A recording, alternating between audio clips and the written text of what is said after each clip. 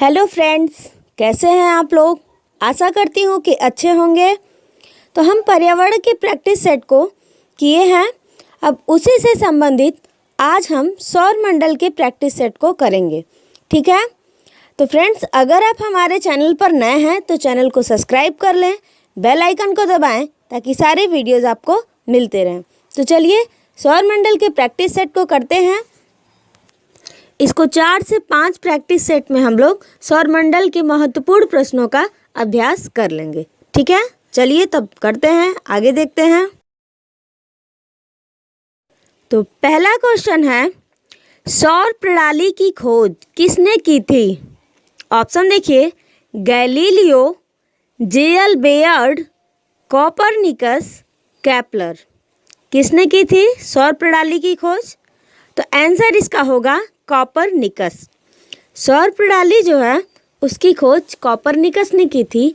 और यहाँ पे आप देख सकते हैं, ये हैं कोपरनिकस। इन्होंने ही सौर प्रणाली की खोज की। और फिर फ्रेंड्स, इस फिगर में देखिए, यहाँ पे जो सेंटर में ये सूर्य है ना, तो इसको कोपरनिकस ने ही बताया कि ब्रह्मांड का केंद्र पृथ्वी नहीं बल्कि सूर्य है। ठीक है, याद रखिएगा, ये भी क्वेश्चन पूछ सकता है कि ब्रह्मांड का केंद्र पृथ्वी नहीं सूर्य है, ये किसने बताया था। तो ये कोपरनिकस ने ही बताया था। सौर प्रणाली की खोज भी यही किए हैं, वही हुआ मतलब। तो चलिए नेक्स्ट क्वेश्चन है, निम्नलिखित में से कौन सौर मंडल का भाग नहीं है। ऑप्शन देखिए, क्षुद्र ग्रह, धूमकेतु, ग्रह, निहारिका। तो यहाँ पे ऑप्शन सही हो जाएगा option number D, Niharika. Niharika सौर मंडल का भाग नहीं है। तो फिर यहाँ पे देखिए, क्षुद्र ग्रह, धूमकेतु, ग्रह, ये सब सौर मंडल के भाग हैं। तो इनको हम बारी बारी से जान लेते हैं कि क्या होते हैं, क्योंकि इससे भी क्वेश्चन बनता है। तो पहला देखिए, ऑप्शन नंबर ए है क्षुद्र ग्रह। अब ये क्षुद्र ग्रह क्या होते हैं? तो क्षुद्र ग्रह मंगल और बृहस्पति के कक्षा के बीच लगभग 40,000 की संख्या में मिलते हैं। ठीक है, ये क्वेश्चन पूछता है कि क्षुद्र ग्रह किन ग्रहों के बीच में पाए जाते हैं। आप यहाँ पे देखिए, इसमें ये मंगल ग्रह, ये बृहस्पति ग्रह, इसी के बीच ये पूरा बेल्ट मिलता है लगभग 40,000 की संख्या में। ठीक है, इन्हीं को हम क्षुद्र ग्रह कहते हैं। अब इसमें आता है एक सीरस। तो सबसे बड़ा और सबसे चमकीला जो क्षुद्र ग्रह है उसका नाम है सीरस। ठीक है, क्षुद्र ग्रह समझ में आया आपको कि ये 2 ग्रहों के बीच में होता है, मंगल और बृहस्पति। ठीक है, चलिए अब देखिए नेक्स्ट, देखिए यहाँ पे ऑप्शन बी है धूमकेतु। अब धूमकेतु क्या होता है?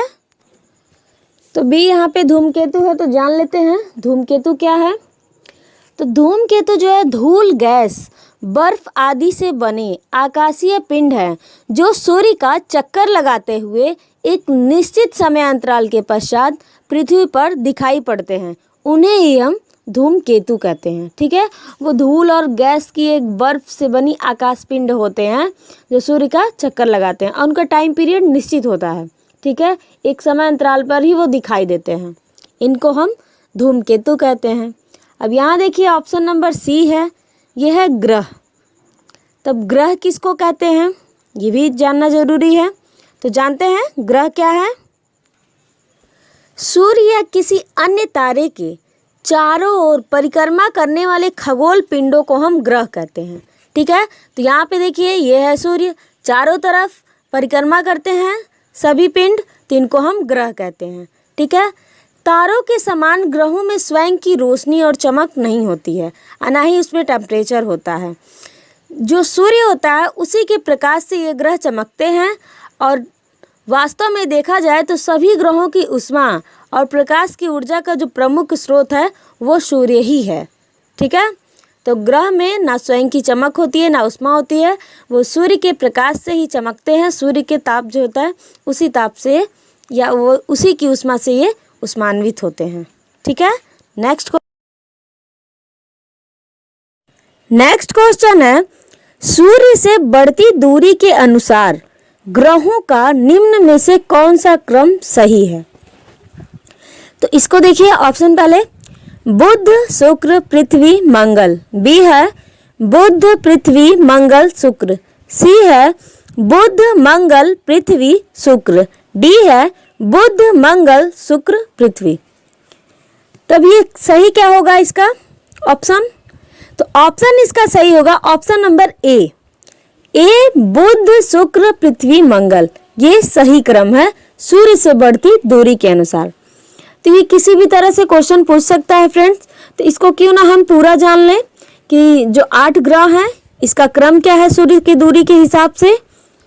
तो यहाँ पे देखिए इस फिगर में सूर्य से दूरी के हिसाब से बुध शुक्र पृथ्वी मंगल बृहस्पति शनि अरुण वरुण, ये है इसका क्रम। अब बहुत आसानी से याद कर सकते हैं, कोई ट्रिक की ज़रूरत नहीं है। 2 से 3 बार आप पढ़ेंगे, 4 बार वीडियो को देखिए, 3-4 बार लिख लीजिए, बहुत आराम से याद हो जाएगा। बुध शुक्र पृथ्वी मंगल बृहस्पति शनि अरुण वरुण। नेक्स्ट क्वेश्चन है, ब्रह्मांड में विस्फोटी तारा कहलाती है। ऑप्शन देखिए, धूमकेतु, उल्का, लोकधक, डी है अभिनव तारा। तब इसका आंसर क्या होगा? विस्फोटी तारा किसको कहते हैं? तो इसका ऑप्शन नंबर डी सही होगा, अभिनव तारा। अभिनव तारा को हम विस्फोटी तारा कहते हैं। ठीक है, याद रखिएगा, इंपॉर्टेंट क्वेश्चन है कि विस्फोटी तारा अभिनव तारा है। नेक्स्ट है, निम्नलिखित में से किनके बीच की औसत दूरी को खगोलीय एकक कहा जाता है? ये बहुत इंपॉर्टेंट है कि खगोलीय एकक किसको कहा जाता है और किनके बीच की औसत दूरी होती है। ऑप्शन देखिए, ए है पृथ्वी तथा सूर्य, बी पृथ्वी तथा चंद्रमा, सी है पृथ्वी या सूर्य, डी है प्लूटो या सूर्य। तो इसका आंसर होगा ऑप्शन नंबर ए, पृथ्वी और सूर्य के बीच की औसत दूरी को हम खगोलीय एकक के नाम से जानते हैं। ये क्वेश्चन बहुत बार पूछा हुआ है फ्रेंड्स, इंपॉर्टेंट भी है, याद रखिएगा कि खगोलीय एकक पृथ्वी तथा सूर्य के बीच की औसत दूरी है। नेक्स्ट क्वेश्चन है, सूर्य के रासायनिक मिश्रण में हाइड्रोजन का प्रतिशत कितना है? ऑप्शन देखिए, 71%, बी है 61%, सी है 75%, डी है 54%। तो इसका ऑप्शन कौन सा सही होगा? ऑप्शन नंबर ए सही होगा, 71%। ठीक है, इसमें हाइड्रोजन का परसेंटेज जो होता है 71% है। सूर्य की संरचना के मुख्य तत्व हाइड्रोजन और हीलियम है। हाइड्रोजन 71 है और हीलियम जो है 28 या 27 बोल सकते हैं। हाइड्रोजन को 70 भी कहीं कहीं देता है। ठीक है, तो अब ये दोनों हैं, लेकिन यहाँ ऑप्शन में 71 है तो 71 ही लगाएंगे, अप्रॉक्सीमेट जहाँ तक मिल जाए। अब सूर्य का जो स्रोत है वो कैसे होता है, वहाँ पे सूर्य पे कौन सी क्रिया होती है? तो वहाँ पे नाभिकीय संलयन क्रिया होती है। ये भी क्वेश्चन पूछता है कि सूर्य के ऊर्जा का स्रोत क्या है? तो सूर्य के ऊर्जा का स्रोत नाभिकीय संलयन क्रिया है, वहाँ पे नाभिकीय संलयन होता है सूर्य पे। ठीक है, नेक्स्ट क्वेश्चन है, सौर पृष्ठ पर लगभग कितना तापमान होता है? 800 degree Celsius, 600 degree Celsius, 6000 degree Celsius, D है 1000 डिग्री सेल्सियस। तो इसका ऑप्शन देखिए, ऑप्शन नंबर सी सही होगा, 6000 डिग्री सेल्सियस। 6000 और 600 में कन्फ्यूज़न नहीं होता, लेकिन जल्दी में ऑप्शन लग जाता है 600 का भी कभी कभी। इसको ध्यान रखिएगा कि 6000 वाले पे लगाइएगा। 6000 डिग्री सेल्सियस होता है सूर्य के सतह का ताप। नेक्स्ट है, सूर्य के सतह पर हाइड्रोजन के अलावा दूसरा कौन सा तत्व बहुतायत में पाया जाता है? ऑप्शन देखिए, हीलियम, नियॉन, आर्गन, ऑक्सीजन। तो इसका क्या हो जाएगा? अभी इसके पहले हम बताए हैं कि हाइड्रोजन और हीलियम दो मुख्य तत्वों के नाभिकीय संलयन से सूर्य की ऊर्जा बनती है। तो यहाँ पे हाइड्रोजन के अलावा पूछा है, तो इसका ऑप्शन नंबर ए सही हो जाएगा, हीलियम होगा। ठीक है, नेक्स्ट, सूर्य प्रकाश धरती तक पहुँचने में कितने मिनट लेता है? सूर्य का जो प्रकाश है वो धरती तक आने में कितना समय लेता है? ऑप्शन देखिए, 8.3 मिनट, 7.3 मिनट, 9.4 मिनट, 10 मिनट। तो इसका ऑप्शन क्या सही होगा? यहाँ पे देखिए ऑप्शन ए सही हो जाएगा, 8.3 मिनट। ये भी बहुत इंपॉर्टेंट है, पूछता है कि सूर्य का प्रकाश धरती तक आने में कितना समय लगता है। तो ऑप्शन नंबर ए सही होगा, 8.3 मिनट समय लगता है। ठीक है, आगे देखते। नेक्स्ट क्वेश्चन है, सूर्य के सबसे पास कौन सा ग्रह है? ऑप्शन देखिए, बुध, बृहस्पति, फिर है शुक्र और मंगल। तो अभी हम पढ़े हैं सूर्य से दूरी बढ़ते क्रम में, तो सूर्य के पास सबसे पहले कौन सा ग्रह है? तो ऑप्शन नंबर ए इसका सही होगा, बुध। सूर्य के सबसे पास बुध है। बुध नक्षत्र में एक वर्ष में दिनों की संख्या कितनी होती है? ऑप्शन देखिए, 356, 36, 88, 88। तो इसका आंसर क्या होगा? इसका आंसर हो जाएगा ऑप्शन नंबर डी, 88। बुध के जो नक्षत्र है यानी बुध ग्रह जो है उसमें एक वर्ष जो होता है, जैसे हमारे पृथ्वी का 365 दिन है एक वर्ष में, उसी तरह बुध का एक वर्ष में 88 दिन होता है। ठीक है, नेक्स्ट। अब ये भी क्वेश्चन उसी से संबंधित है। देखिए क्वेश्चन क्या है, निम्नलिखित में से कौन सा ग्रह सूर्य का चक्कर सबसे कम समय में लगाता है? ऑप्शन है बुध, शुक्र, पृथ्वी, मंगल। तो यहाँ पे पूछने का मतलब है कि जो पृथ्वी के करीब रहेगा वही जल्दी से सूर्य का चक्कर लगाएगा, और यहाँ पे वर्ष में जो संख्या है दिनों की वो भी कम है। तो ऑप्शन नंबर ए ही सही होगा, इसका भी आंसर बुध होगा। फ्रेंड्स, आप सोच रहे होंगे कि एक ही तरह का क्वेश्चन, मतलब आंसर एक ही आ रहा है। तो हम प्रश्नों का अभ्यास कर रहे हैं, प्रश्न किसी भी तरीके से पूछ सकता है। ठीक है, तो हम एक बार प्रश्न को देख लें, जान लें कि हाँ इस तरीके से भी क्वेश्चन पूछ सकता है। ठीक है, तो इसका आंसर बुध होगा। आगे नेक्स्ट क्वेश्चन है, सौरमंडल का कौन सा ग्रह लगभग पृथ्वी जितना बड़ा है? बुध, मंगल, शुक्र, यम। तो इसका आंसर होगा ऑप्शन नंबर सी, शुक्र। पृथ्वी जितना बड़ा है। यहाँ पे आप देखिए पृथ्वी जिस तरह से दिख रही है लगभग शुक्र उसी के बराबर है। ठीक है, तो उतना ही दिखता है जितना पृथ्वी है। तो शुक्र को कई क्वालिटीज़ है। ठीक है, उससे क्वेश्चन भी बनते हैं, तो उसको यहाँ पे हम सुन लेते हैं, फिर उसी के डिपेंडेंट 3-4 क्वेश्चन देख लेंगे। यहाँ पे देखिए, सुनिए कि सबसे चमकीला ग्रह जो है उसको शुक्र ही है। सांझ और भोर का तारा शुक्र है। पृथ्वी की जुड़वा बहन शुक्र है। प्रेशर कुकर की दशा वाला जो है ग्रह वो भी शुक्र है। सुंदरता की देवी शुक्र है। ठीक है, इतने क्वेश्चन इससे बनते हैं। अभी इस क्वेश्चन का प्रैक्टिस भी हम आगे कर लेंगे। नेक्स्ट क्वेश्चन है, देखिए उसी से संबंधित जो भी हम बताए हैं, निम्नलिखित में से किस ग्रह को पृथ्वी का बहन कहा जाता है? बुध, शुक्र, मंगल, बृहस्पति। तो इसका आंसर सही हो जाएगा शुक्र, अभी हम बताए हैं। तो पृथ्वी की बहन शुक्र है। नेक्स्ट क्वेश्चन फिर वही है, किस ग्रह को शाम का तारा कहा जाता है? मंगल, शुक्र, पृथ्वी, बुध।